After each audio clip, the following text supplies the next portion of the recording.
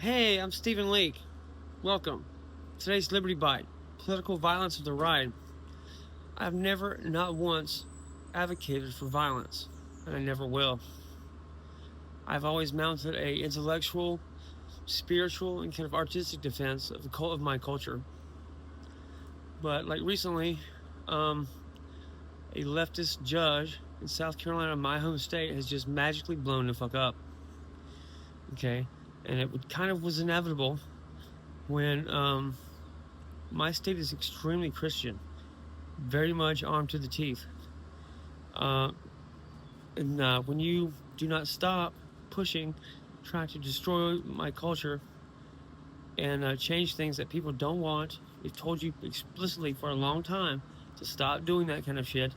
They don't like it, they don't want it, it's not what the people want, it's very much antithetical to their entire worldview, and they now view you as a very much an existential threat to their way of life, to their fucking country. If you don't stop doing that, this is going to happen. I've told you that. This is what happens, man. I've told you that. You cannot keep constantly burning shit down and just making shit untenable for people and expect nothing to happen. This is the inevitable result of people getting tired of dealing with you and retaliating themselves. We're now going to enter in just a constant cycle of violence now because you would not listen. You would not stop being kindness, and you would not stop trying to destroy our culture.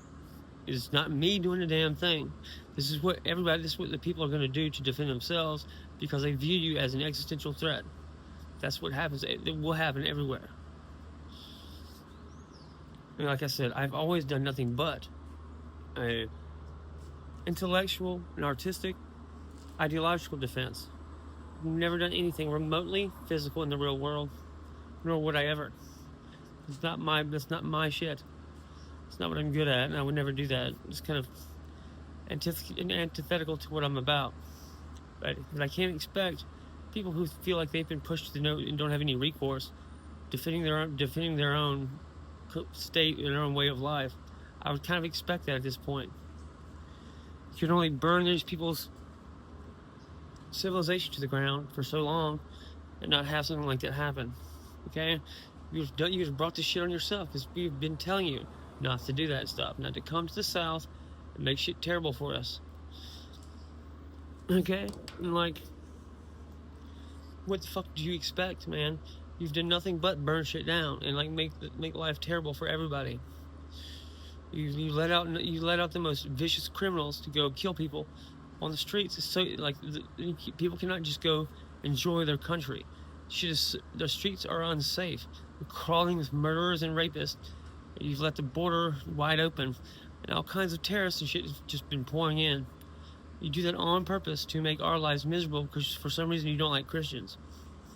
That's the reality that we face, and you can't expect us to not retaliate and protect ourselves. That is just my analysis of what's going on. This is me putting myself in the shoes of an average South Carolinian who has felt like everything he's done is being pissed on and burnt to the ground. Some of them will take it into their hands and do some shit. That's an inevitable result, like I said, of what you've done. Okay, maybe at some point we can get back to a reasonable, rational discussion. We won't be at each other's throats. I mean, at this point, the Democrats are so damn unpopular, we'll never again win an election. So, and I don't think it's in the best interest of the Conservative Party to start doing terrorist shit like a Democrat. But I certainly understand why people would feel that way, why they would feel the need to do that. Because the communists and the Democrats have given them no damn choice. They've made themselves a target. They've made themselves appear as if they are existential threats to everything that my people would hold sacred. And like, there's lots of people in my community that don't feel safe in their own homes. They don't feel safe in their community. Feel like they're losing everything about their country that is good and decent because of Democrats. And like, what the fuck do you expect? I'm gonna start ranting. That'll be it for the day. But like, come on, this is going to be what's going to happen and keep happening. People don't come to their senses. Like, I will never condone that shit, but still, it's not that hard to understand why it's happening. Anyway, at some point this stuff's gonna be over. We'll get through this period, and we'll be going on to the next chapter of hopefully be abundance and peace. But apparently it's not done. Shit's not done burning down. I'll be here for you. I'm keeping out content. I'm got 50 pages of a podcast about propaganda, its history from World War I through advertising in Madison Avenue to the current day in the NDAA. I'm recording that today, and it's going to be out later tonight. Check it out. It's just for you. It's going to be a couple hours long. It's going to be more in depth and detailed than I usually go. Thanks for hanging out with me, man. I appreciate it. I'm coming to you live, well, live now, from Vault 13 at Amelie's, man. Come find me.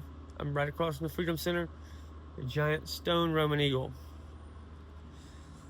I'll be right here, keeping the fight going. I love you to death. It'll be okay. I'm Stephen Leake, and we're going to win.